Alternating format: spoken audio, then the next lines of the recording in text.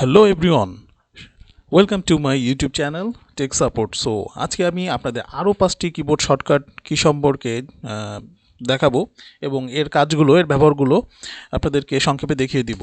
তো আজকে আমরা কিবোর্ড কন্ট্রোল পি থেকে কন্ট্রোল টি পর্যন্ত দেখাবো। তো প্রথমে হলো control plus P is equal two print. আপনার ডকুমেন্টের যদি কোনো প্রিন্ট করা লাগে, আপনাদের ডকুমেন্টটা যদি প্রিন্ট করা লাগে, তাহলে কন্ট্রোল প্লাস পি চাপ দিলে এরকম একটা প্রিন্ট অপশান আসবে এবং এখান থেকে আপনি আপনাদের ডকুমেন্টটি প্রিন্ট করে নিতে পারবেন। ডকুমেন্টটি প্রিন্ট করে নিতে পারবেন। নেক্সট যে শর্টকাট কি সেটা হলো control plus Q is equal to add space paragraph.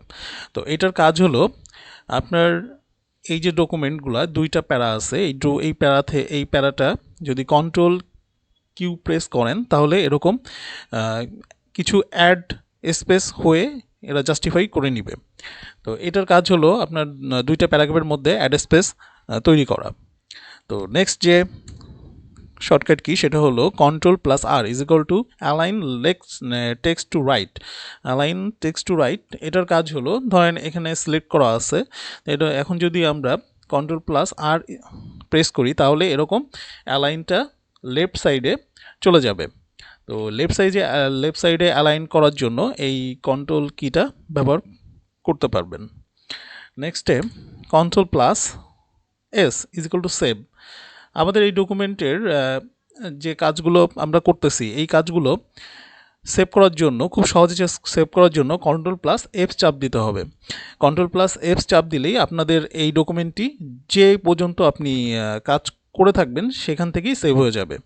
আর আমি একটু বলে রাখি যে কোনো কাজ করার সময় অবশ্যই কন্ট্রোল প্লাস এস অবশ্যই চাপতে থাকবেন, কারণ মানে কিছুক্ষণ পর পর এটা প্রেস করবেন, কারণ অনেক সময় হয় কি, অনেক সময় আমরা যখন ডেস্কটপে কাজ করি অনেক সময় কারেন্ট চলে গেলে এই শর্টকাট কিটা খুব কাজে দেয়। আমরা যদি কাজ করতে করতে কন্ট্রোল এসটা চাপ দিয়ে রাখি তাহলে কারেন্ট গেলেও এই ডকুমেন্টটা সেভ হয়ে থাকবে। তো নেক্সট যে শর্টকাট কি সেটা হলো control plus T is equal to left indent. আমি একটু দেখাই। এভাবে এই যে ডকুমেন্টটা আপনি সিলেক্ট করে যদি আপনি কন্ট্রোল প্লাস টি প্রেস করেন তাহলে এরকম স্পেস হয়ে এই ডকুমেন্টটা চলে আসবে, এখানে শো করবে। এখানে বিভিন্ন এইভাবে যদি আপনি কোনো কাজ করতে চান, যে ফার্স্ট লাইনটা এরকম থাকবে, সেকেন্ড লাইন থেকে এরকম স্পেস হয়ে আসবে, তাহলে আপনি এই শর্টকাট কিটার মাধ্যমে এটা ব্যবহার করতে পারবেন। সো আজকের ভিডিওতে এই পর্যন্তই। নেক্সট ভিডিওতে আরও কিছু শর্টকাট কি সম্পর্কে আলোচনা করব। ততক্ষণ পর্যন্ত ভালো থাকবেন, সুস্থ থাকবেন, আর আমার চ্যানেলটি অবশ্যই সাবস্ক্রাইব করে দিবেন, লাইক করবেন, কমেন্ট করবেন। সো সবাইকে থ্যাংক ইউ।